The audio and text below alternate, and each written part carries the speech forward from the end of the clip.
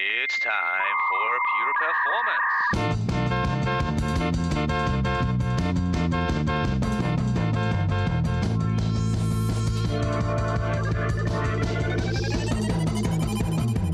Get your stopwatches ready. It's time for Pure Performance with Andy Grabner and Brian Wilson.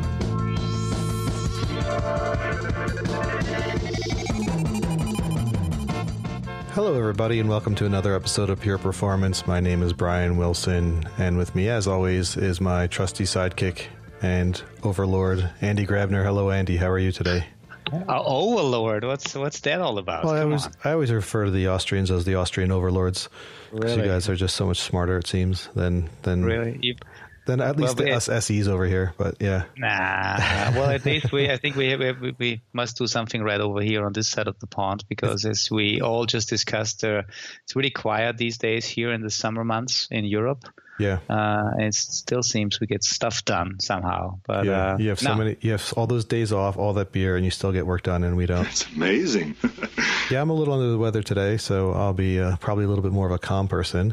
But since as the airing of this will be right around the corner from Halloween, I'll say Happy Halloween to you, because I've heard that's a huge holiday in Austria, probably bigger than I think it's the biggest holiday in Austria, isn't it?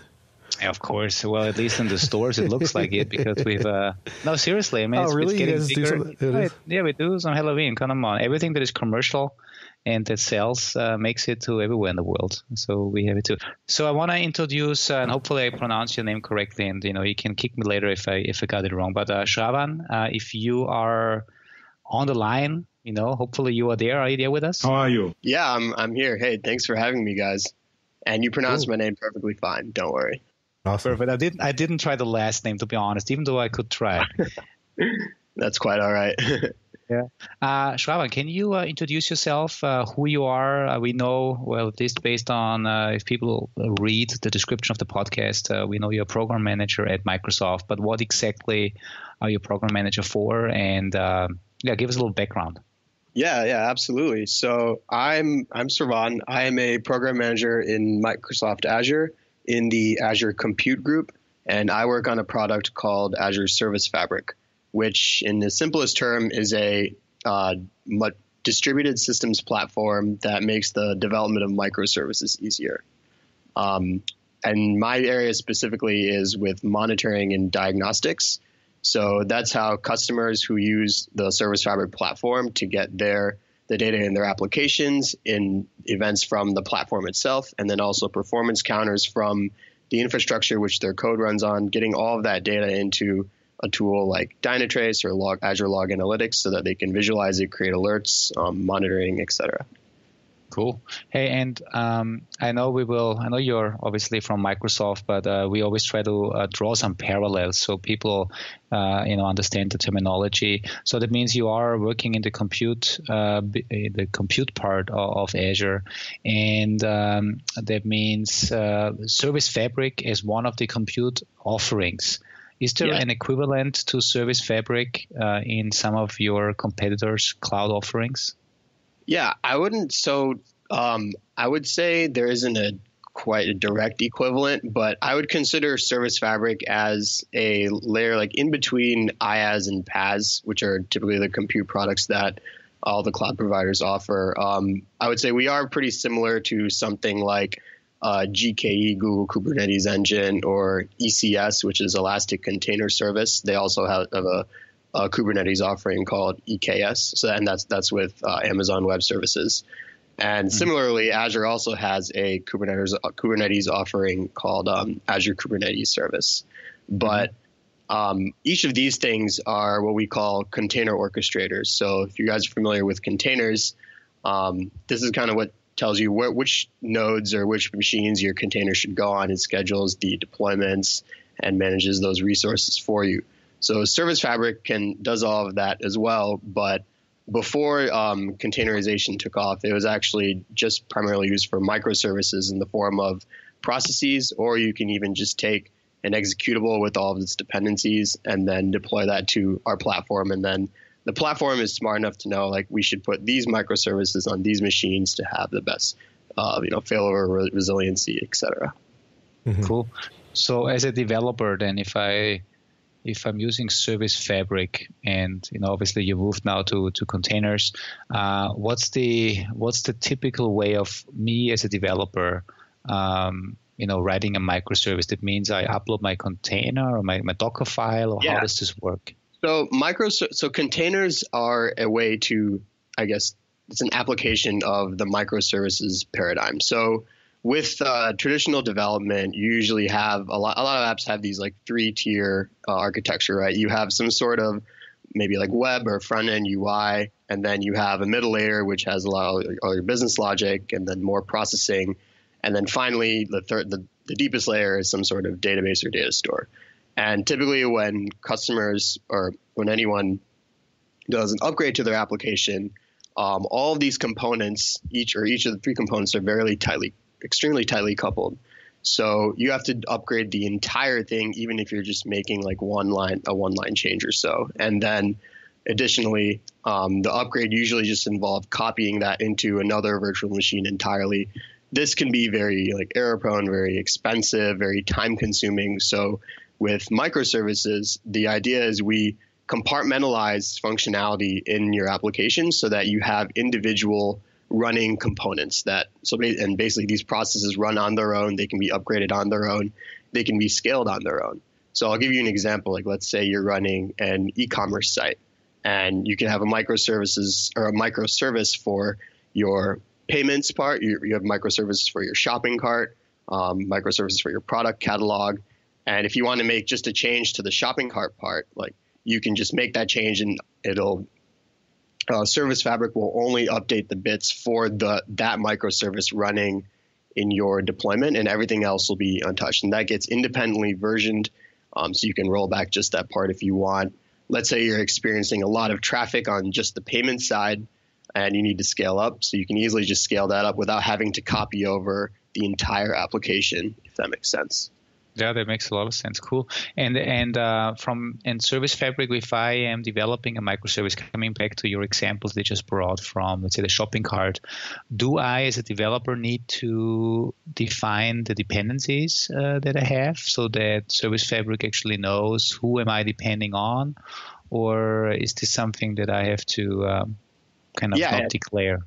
This is something that through our SDK you can easily do and have an inter-service-to-service communication, or when one of your services has dependency on another, that's totally fine. One of the things I also wanted to talk about was the thing with data. So the bottom tier of the monolithic application, the database, right? Mm-hmm. That usually requires a whole network call to some other store like SQL database or like MongoDB or something. And then that call has to go fetch the data and then come all the way back to your application. But with Service Fabric, and then I think a lot of other orchestrators are providing similar capabilities, we have what's called stateful services. So now you don't need to take a dependency on an external data store.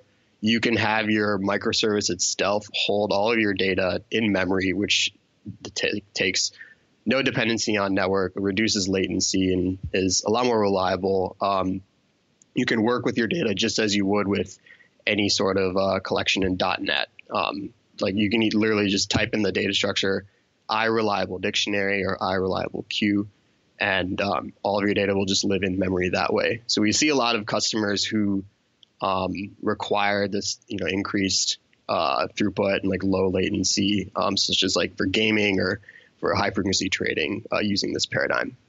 For that data, is that read out from a database? Is it written as a file and deployed along with it? Is it either or? What's that situation? I'm glad you asked that question. So the main pro for this method is the data is co-located on the node itself. So the data, I believe the actual implementation of it is in a file on the nodes. Mm-hmm. And Service Fabric is obviously if that node goes down, you're at risk of maybe losing that data. So Service Fabric is smart enough to make sure that your stateful service is replicated across multiple nodes. Usually we recommend at least 3 replicas. Okay. And that's what we call one partition of your data. Okay. So then obviously when you're doing upgrades, you're going to do rolling upgrades. So this way.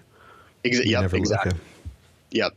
And that's another thing with Service Fabric compared to Kubernetes or other orchestrators. So a lot of these problems like naming and service discovery, routing, rolling upgrades, we have that built into our platform with ways that we think would be beneficial to users. For someone using something like Kubernetes, you might have to integrate with other open source technologies to build that in. You might have to do more like plug and play. It does give you more freedom in that sense. But with Service Fabric, you have rolling upgrades, for example, built into the platform. Well, I think one of the cool things that you talk about there is you're building upon the long history of experience of Microsoft in how to deploy these things, it sounds like you're saying, which is actually, I think, a real good benefit, because anyone else doing different kind of deployments of different technologies, they're going to be figuring out what they think is best practice or looking at what they might be able to do, whereas you're offering what you have years and years and years of experience doing. So that's pretty cool. Yeah, and then more to that. So this was actually started many years ago, like when Azure first came to be, and we were working on bringing SQL Server into the cloud. So I'm not sure if you guys know, but actually many internal services such as Azure SQL DB, Cosmos DB, and not just Azure services, but like Dynamics and Bing, they all use Service Fabric to power their compute. Mm-hmm. Well, that's cool and impressive, and also obviously gives your customers the good feeling that they are not just using a new technology because you came up with a service to just fill a gap with your competition. You actually use or expose a service now to the public that you have battle tested and used over the years, and it works. So that's pretty sweet. Have you seen a change? Because you mentioned, and correct me if I'm wrong, but you mentioned earlier, Service Fabric has been around for a while. It used to be, as a developer, you defined your processes and your applications, and then Service Fabric took them and scaled them up and down, and now it's moving more towards containers. Is that shift complete? Meaning, do we see 100% of new development that happens on Service Fabric being container-based, or do you still see kind of some of the legacy approaches? Yeah, I would say it's a mixed bag. There are still folks who don't want to fully move to containers, and they prefer just developing .NET processes. So we have our own programming models as well. For stateful, stateless services, we also have an actor programming model, and a lot of customers use that. But to your point, we do recognize and we see a huge trend in containerization and folks just wanting to package. We see containers as like a packaging technology. So folks packaging all their dependencies into one container and then using Service Fabric to orchestrate all of their containers. We have customers like Alaska Airlines, for example, is a huge proponent of that methodology. And then to continue on that though, one of Microsoft, or I would say Azure's plays is the lift and shift, which is basically if you run you already have your own data center, you run on-prem, and you're thinking about moving to the cloud, but you don't want to really like re-architecture everything, and you're worried about maybe security or like network issues or whatever. So basically, lift and shift promises that you'll be able to lift all of your current workloads and bring that to the cloud with ease. So with Service Fabric and microservices development, there's a lot of apprehension that, microservices seem cool, but I have to dismantle everything and maybe put it all back together, and I'm not sure if it's going to work the way I want it to. But with Service Fabric, like I like to think of it as the customer journey as a spectrum. So you can first, bring your workloads, lift and shift them to Service Fabric just by taking the executables and their dependencies. So we call that running guest executables. Or you can package your workloads into containers, or if you already have it running in like containers, that's perfect. You can bring that into Service Fabric, and then we'll work with you over time to compartmentalize certain parts of your application into different microservices. So it's not like you're going from 0 to 100 overnight. It's a journey, and we realize that as well. Yeah, it's fascinating because some of our colleagues have been writing blogs about the approach of lift and shift, but then breaking the monolith. And so with our product, with Dynatrace, we are, we can obviously live on the, let's say, more the classical application architectures like a monolithic app. We can tell you what type of code gets executed when certain endpoints are hit and what are the dependencies then to the backend database. And with this information, you can actually make smarter decisions on what pieces of the monolith you want to break out, or which pieces of the monolith do you want to rebuild and then latch on top as a service. And it seems like you're seeing the complete same trend here. And the first piece is, lifting and shifting into the cloud world and then breaking it apart. You said compartmentalizing. So I think that's actually great to see that this also happens, obviously, in the Azure world. Is there now one thing you mentioned earlier, and I know it just came with one of the words you said. You mentioned gaming, and it's interesting that you mentioned gaming because we had a previous recording.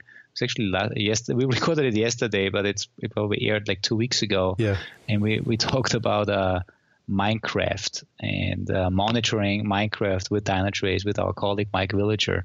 So is gaming really? Did you just mention it just was a random thought, or is this really something that gamers use as well? Oh yeah, absolutely. I would say it's not just a random thought. We have a new customer actually called Next Games, and they have a augmented reality mobile game called The Walking Dead, I believe it is. So you can use this app and you can walk around like your office building, and then you'll be able to see zombies, and then you can like buy guns and shoot them and stuff. So what could go wrong there? Yeah, exactly. So that requires like thousands of connections, connecting to thousands of devices. They use stateful services as well as stateless services, which is obviously the opposite of that. But yeah, gaming is one of, I would say, like one of our big focus verticals. A lot of game development, not just with Service Fabric, but like with something like Xbox as well, and Xbox Live, which powers like millions of consoles connected to one another. So only like a few services can really handle that scale. And just to bring it all together, then, do you happen to know offhand if the sign-in it's a centralized sign-in for Minecraft, is that part living in the Service Fabric? I don't know. Okay, Mike was just mentioning I put that bit yesterday, and I was curious. Mm-hmm. Yeah, because it was really cool. It was really fun because he had this as a side project, monitoring Minecraft to learn more about the internal architecture, and then figuring out how his modded version, where it spends too much time and which dependencies it has to other services. And then he came up with, well, there's always, when you sign on, there's like a call to an external service. And sometimes that call, took a little too long. And so he was wondering where the call actually ends up. Yeah, I'm not sure if that's if Minecraft specifically uses Service Fabric, but I know like other services in Xbox do. Yeah. Now I got another question. So Service Fabric, so gaming is interesting. Any other particular areas where Service Fabric is, let's say, more used than others? Do you see any trends, or is it just across the board? Yeah, it's really across the board. A lot of customers, going back to the lift and shift story. So like a retail provider, or like an insurance company, they have a bunch of internal software that they use, and they want to just move to the cloud in general. We saw with the trend many years ago that IaaS was the big thing. That's what AWS did really well. Basically just copying over your virtual machines. But now people want more layers of abstraction and more convenience, right? Because you don't want to be paying to manage a bunch of VMs, or you're only paying someone to do that. You'd rather just focus on the actual development of your application. So a lot of these folks, and then another thing is Azure has a service called Cloud Services, which was we like to call it PaaS V1. Mm-hmm. And that's what people were using first if they didn't want to use virtual machines. But now people are migrating from that to Service Fabric. They're doing what we call app modernization, which is breaking out their monoliths into microservices, adopting containers. So anyone really who wants to use containers, wants to orchestrate them on Windows or Linux. So that's another thing. Service Fabric is available for Windows Server, but also for Linux as well. It did start out as a Windows only thing initially, but just as like Azure used to be called Windows Azure, like we're more than Windows now. We want to embrace open source and everyone.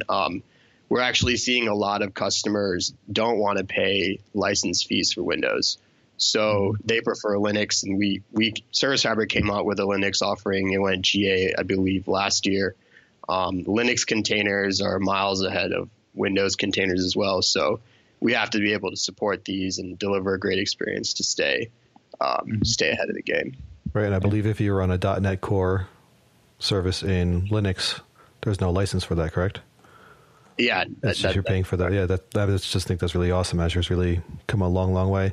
One thing you mentioned in here, and I think we have a very common connection here, right? We're very much into servicing the multi-hybrid cloud and all this, right? Whether or not you're running in your own data center, back and forth in the cloud, other clouds.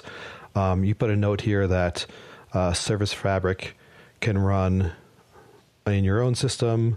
Yeah, can you go into that a little bit? Because we see that as a really big trend on, like, once people are becoming really mature in what we call the enterprise cloud, that there's this crossover. I'm glad you mentioned that. The hybrid strategy for Azure is extremely important. Like, we realize that customers, obviously, like many people want to adopt the cloud, but maybe due to compliance reasons or for whatever decisions, they want to also have some workloads on premise as well. And that doesn't mean that they should miss out on everything that the cloud has to offer. So we do have Service Fabric, I'll say, has 3 products. So we have the offering on Azure itself, where you can orchestrate your containers and your microservices. All the infrastructure is hosted on Azure. Mm-hmm. You can also get what is called Service Fabric Standalone. So the entire platform downloaded in binaries, and you can orchestrate that in your own hardware. So we have, and that's also available completely for free. Wow. So basically the technology that powers like millions of cores in Microsoft, that platform we're giving away to you to use in your own data centers and orchestrate your own containers and microservices and get all the benefits that you would normally get on Azure. And then the third, so I would say that's like the lowest level one, where you own the hardware, you're in charge of the platform, microservices and everything. If you're using Service Fabric on Azure, then you technically still own the hardware, but we're hosting it for you in our data centers. We actually have the physical servers, and you're just like paying for them. But then the third layer of abstraction is you don't even want to deal with hardware at all. You're primarily just focused on your application container. I have this like code, and I want it to just run somewhere. I really don't care about what kind of server it runs on, making sure that it's replicated across like X number of servers. I want you guys to handle that for me. So that's like truly PaaS, and I'll use the buzzword, quote unquote, serverless. And that new product is called Service Fabric Mesh, where if you have a container or number of containers, you can orchestrate that on Service Fabric without having to worry anything about managing infrastructure and nodes and whatnot. And one more question on this, and I know, Andy, I know you're itching to get into, but just because I know we know a lot of people who like to tinker, including ourselves. So if somebody wanted to play with Service Fabric on their own and download that piece, right? What would you say like the minimum requirements would be to run that, right? Because some things people can take and tinker with and explore and learn. Other things, like, if you're going to try to play around with Cloud Foundry, right? You need like a whole mess of servers, right? So what is that footprint for just tinkering with maybe Service Fabric on-prem, or even if you were spinning up your own in Azure just to play with? I'm glad you asked that. So our Getting Started kit, actually, you can download the Service Fabric runtime and SDK for, let's say, like .NET, for example. And what it does, it actually will create a local cluster on just like your laptop. So you'll see if you open up what we call the Service Fabric Explorer, which is it's kind of just like a management UI to see what's going on in all your nodes in your cluster. By the way, a cluster is just a fancy way of saying a group of nodes. Mm-hmm. So through that, you can just download that kit and only have your laptop and do deployments on your local Visual Studio, deploy them to your local cluster, and you can see like each of your microservices landing on different nodes from within the cluster that's on your laptop. So the binaries that actually powered that is a simplified version of Service Fabric standalone. Okay, cool. Yeah. Hey, So yeah, go ahead. Sorry. No, I wanted to go into finish your thought, and then I have a thought and a follow-up question. I was going to say, all you really need to tinker and play around is just a laptop or some sort of computing device, and then be able to download the Service Fabric SDK and the runtime. Excuse me, I have a few more questions if you don't mind. Pretty cool. Hey, so I want to go into serverless in a second, but before we go into serverless, because you mentioned the term, how do you normally license then? So if I am running on Service Fabric on Azure, what's the licensing model then? Because that's interesting to know, even though a lot of the stuff is for free. But what's the licensing model? Yeah.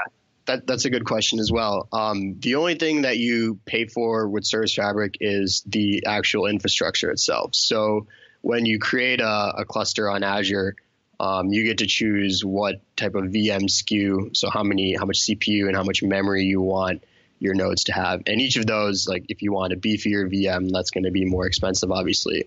So that's the only thing that you're really paying for. You're just paying for the VMs themselves. The actual platform itself and that experience is completely free. Cool. Yeah. And is Service Fabric able, obviously the Service Fabric take care of scaling my containers. If I run out of capacity, is there some automation where I can then just add additional hardware? Like obviously it's Azure hardware. Is there an automation mechanism to scale it up? Yeah, the hardware that, or I would say like the IaaS service that Service Fabric runs on is called virtual machine scale sets, and they're designed for this very purpose, where you have many different virtual machines and you want them kind of all to be similar size and shape, right? And you might not know how many you want today, or maybe a week from now, but you want to start out with a certain amount. And if I get more traffic into one, then I can definitely scale up. Usually we actually see customers scaling out, which means creating more replicas of their microservices on the existing number of machines that they have. But obviously, that isn't fully sustainable. You might get a lot of replicas running on a machine and your CPU is really running hot. Then you actually have to, either beef up that VM or maybe even get more VMs themselves. And before you move on, Andy, I wanted to ask on that one, with just like bare bones Kubernetes, you would say, I want to have 5 of these running, right? And it's going to keep 5 running. But you can't, without using additional plugins, at least as it's been explained to me, you can't say if my CPU gets over 80%, spin up another node. Is that kind of functionality, is the logic functionality built into Service Fabric so you can say if certain conditions are met, scale up or scale vertically or whatever, horizontally? Yeah. The scaling out part is completely Service Fabric with the, increasing the number of replicas. And then obviously the VMSS technology is what we use to increase the number of VMs or increase the size of each VM that you have. Mm-hmm. Cool. So now the next, I think interesting thing that you mentioned is serverless. So the way I understand it, the way you, I think, started explaining it is if I have a container, then I just give it to serverless, and then you take care of the whole underlying infrastructure. That means this is like in the true sense of serverless. I don't care about how many machines it's running. You take care of that it is running and that it is accessible.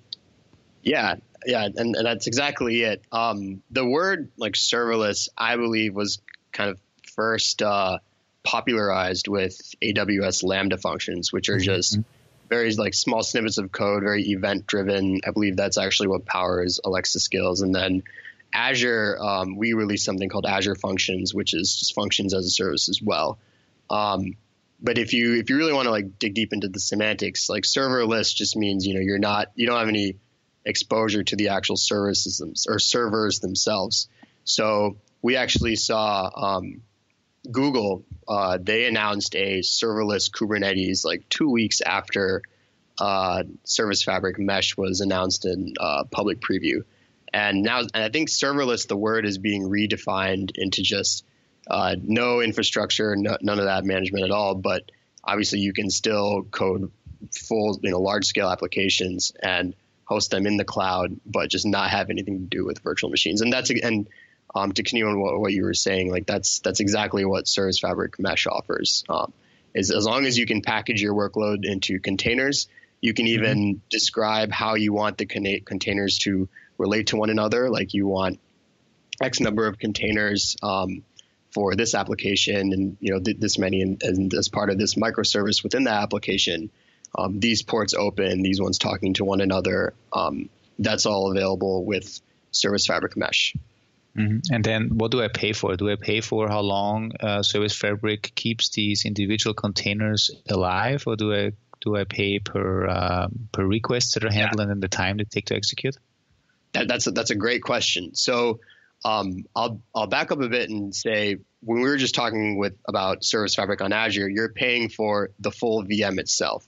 So if you request a VM that has like 5 cores, let's say your workload is only using maybe one of those cores, then you're still going to end up paying for the entire VM itself. But with Service Fabric Mesh, you're actually only paying for what you use. So when you deploy your application, your containers, you get to predefine that I want my container to only use 2 cores and like half a gig of RAM or something. And that's all that you'll be billed for while your container is alive.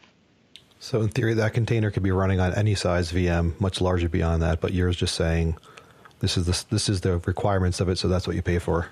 Yeah, absolutely. We, behind the scenes, run really large clusters with tons of nodes, lots of cores, and it's a fully multi-tenant environment. So your stuff is running, Brian's stuff is running right next to Andy's stuff, running right next to my stuff. And each of us might be on the same VM, but we're only paying for a fraction of that total VM cores, whatever our container is using. Cool. And then is Service Mesh also taking care of shutting down containers completely? Let's say, in case there's really no load, or do you always keep at least one instance of the container up and running? Yeah, so the pattern that we've seen with customers so far is there's always going to be maybe one instance of the container running. Like, let's say you're running back to that e-commerce site example, and let's say your market is in the US. So during nighttime hours here, not many people are probably going on your website. So you might just only have one container up and running, or maybe a few. But then during daytime or during the weekend or something, more people are going on your site. And that's when you'll scale out and you'll have more containers. You'll obviously be paying more because you'll be using more. But you can easily scale in and scale out just with simple CLI commands. Yeah, and obviously the smaller you architect or the smaller you make your individual containers that host your different features, the better it is, because that means the less resources it needs, and then you can potentially at a very low traffic time, everything just scales down to a single instance of every single service. And then it's much more efficient than having a huge monolith lingering around and consuming gigabytes of RAM. Yeah. I will say that with Service Fabric Mesh, we support only containers, but we do see that as a good lift and shift opportunity. So any customer that wants to embrace going to the cloud, let's say you want to go to the cloud because you're tired of hosting your own data center and dealing with servers and infrastructure and stuff, then Service Fabric Mesh could actually be a great fit for you. As long as you can package your workloads into containers, you can give it to us, and then we'll do everything under the hood to make sure it's running and that all the lights are on and et cetera. Absolutely, yeah. That's pretty cool. Now, one topic that I want to touch base, is open source. We know that open source is obviously a big topic in our industry today. We know that Microsoft is contributing a lot to open source. How does this look like in the Service Fabric world? Is there, you give away a lot for free, but is there any open source initiatives, any partnerships that you guys have? What's happening open source front? Yeah, that's a great question. So with Service Fabric for Azure, we open sourced the runtime code, I believe it was Pi Day earlier, so March 14th earlier this year for Linux. And there's also there's a difference between open source and open development. So we're still doing work on our side for getting the CI/CD pipeline and build system fully open source for Windows, but Service Fabric on Linux is open source. I heard a fun stat that it's the largest code base to be open source by Microsoft. The code base is even larger than .NET, which is pretty crazy. And in addition to us ourselves going open source, we're embracing partnerships with other open source companies and whatnot. And one partnership we have in the mesh space is with Envoy, which is a container trafficking and routing technology developed by Lyft, the ride sharing app. So that's the technology we'll be using under the hood to make sure that your containers and mesh are able to talk to one another. Yeah, and Envoy just made it into Istio, right? It's part of Istio too. I'm not sure. Yeah, I believe so. Yeah. So isn't that obviously that makes a lot of sense. But is this a little overlapping with some of the features that you guys already have? Is this then going to be complementary? Yeah. Is it going to be replacing some of your core functionality? So we have a lot of obviously a lot of built-in functionality. Like I was saying, there are a lot of things that to have a full production workload, you need to take care of CI/CD. You need to take care of monitoring, security, etc. And we offer other Azure services and integrations with that. But not all customers, might prefer to use log analytics or Visual Studio Team Services, for example. Mm-hmm. So we don't want to discriminate or, not or lose customers just because of those things. So we want to integrate with as many partners as we can. That's why we offer Service Fabric on-prem in Azure. Theoretically, you can take the on-prem binaries and even host Service Fabric in AWS if you want on EC2 instances. Anything else? Did we miss to cover any aspects of Service Fabric? I think we have a good understanding on obviously what Service Fabric is and where it came from. But anything we missed? No, I think we pretty much covered everything. I want to reiterate, it's a platform that we want to make it available for anyone to use, regardless if you are more comfortable on-prem or hybrid or in Azure and other clouds. We obviously have integrations with Azure services, but we're embracing partnerships with Envoy, even with Dynatrace for monitoring. That basically all these partnerships helps us increase our customer base as well. And that's really what we're going for. Maybe to kind of round it up in the end, because you talked about our partnership, and we always try to keep our podcasts, product neutral from a Dynatrace perspective, but it's still interesting to know what you do from a monitoring perspective. So you mentioned in the beginning you are also responsible for the monitoring integrations and the partnerships that you have here. What's the value add that you see that vendors like Dynatrace bring to the table?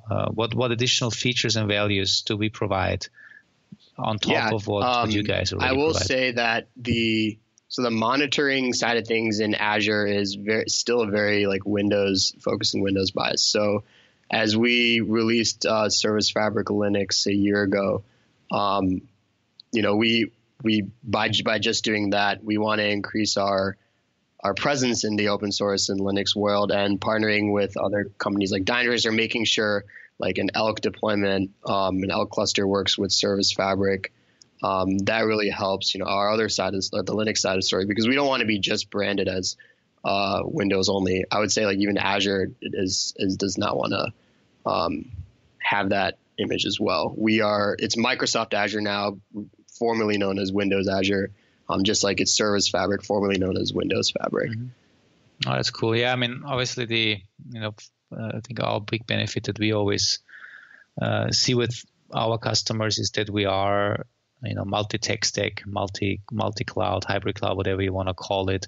I think we see a lot of joint customers that leverage the fact that we provide insight into their current infrastructure, also then into the, let's say, new infrastructure when they move over to Azure, and then comparing it, and then still in times where they will end up with both, like a combination of still some on-premise, some in the cloud, having a single monitoring tool that gives them the full visibility across Windows, Linux, on-premise, off-premise, .NET or Node.js, whatever it is, containers or not containers.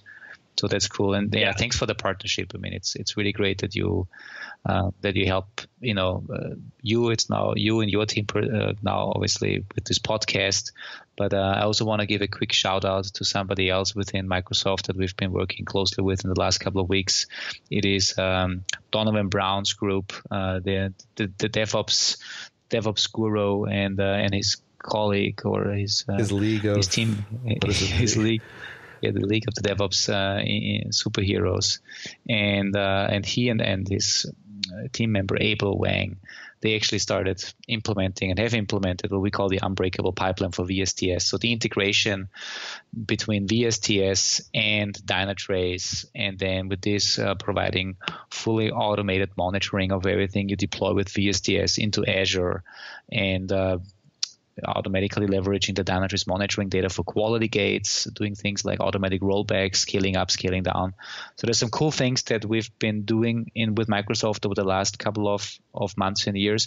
And to your point, again, Microsoft has been long seen as the Windows company, and but obviously you've definitely changed your public perception, and you have you've shown this with us, but also with everything you do out there in the community. So that's really great to see.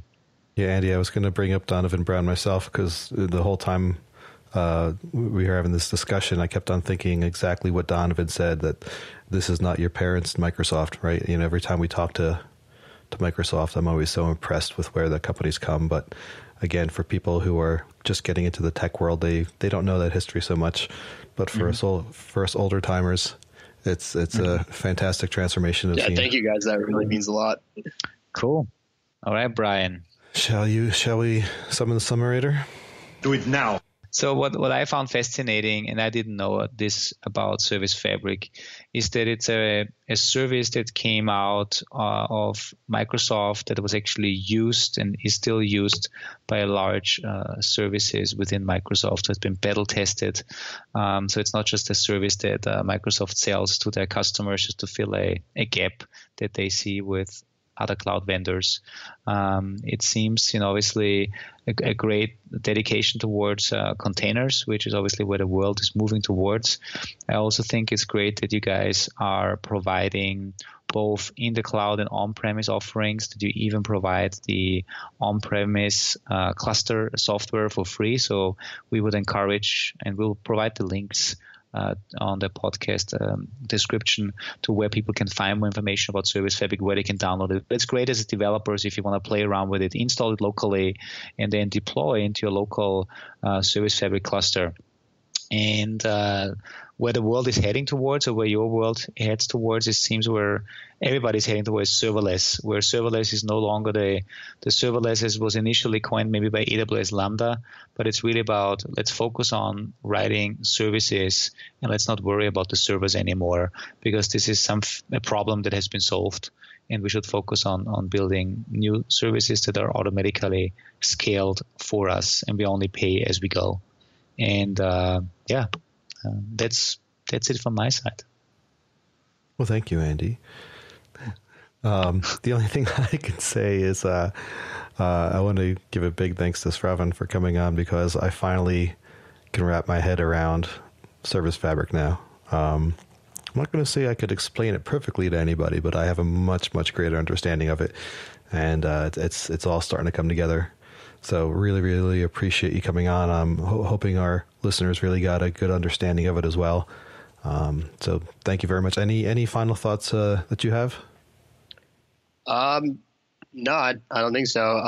I guess I'll say that, Service Fabric, we, even though it is like a in between IaaS and PaaS product, we're primarily like application focused. Application development is what our go-to is, and we want our developers to make Service Fabric applications, host their applications, define them, with containers, and use the microservices paradigm.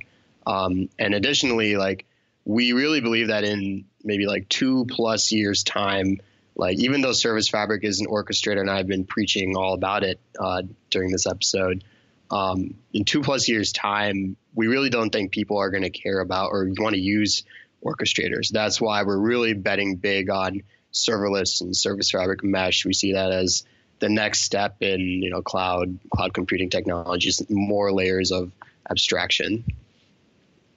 Right. Andy, I did have one last thought on this. If we go back 2 performs ago, when we were talking with Josh McKenty, right, there was the idea of, we asked him, what's Internet 3.0, I think we asked, right? And he was like, I want to talk about Internet 4.0, where I don't have to care or think about any of this stuff anymore, right? I'm just going to deploy something and everything is done, right? And we're seeing more and more and more and more.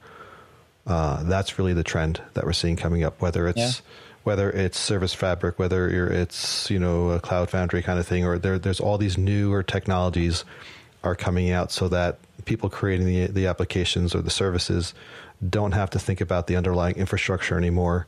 It goes back to kind of a thought that I had with, if we think about, I kind of put it in context of monitoring, right? Especially in terms of Dynatrace, where when you used to go online, right, you'd have to make sure nobody was on the phone, make sure nobody, your call waiting was disabled, open up your dial-up software, get a connection, and hope it didn't disconnect in the middle of you trying, waiting a minute for that MoneyPython script to download or whatever you'd be doing in the early days, right? Nowadays, we don't even think about connecting, right? That part is done automatically for us. And that's, I think, the trend that we're seeing in technology now is a lot of that stuff that we had to do in the past, that we had to think about in the past, is being done for us. And now we just use the pieces that are important for what our real goal is. And that's where I kind of see something like Service Fabric fitting into that whole trend that we're seeing now. Mm-hmm. Yeah. All right. Yeah, that's I can only say completely agree. All right. Well, anybody has any comments or questions, you can tweet us at pure_DT, or you can send an email to pureperformance@dynatrace.com. As always, thank you, Andy, for being here and being the voice of intelligence as to my counterpoint. And thank you very much, Sravan, for being on. We really appreciate you taking the time today. Of course, yeah. Thank you, Brian. Thank you, Andy, for having me. This was awesome. Thank you. Bye. Bye-bye.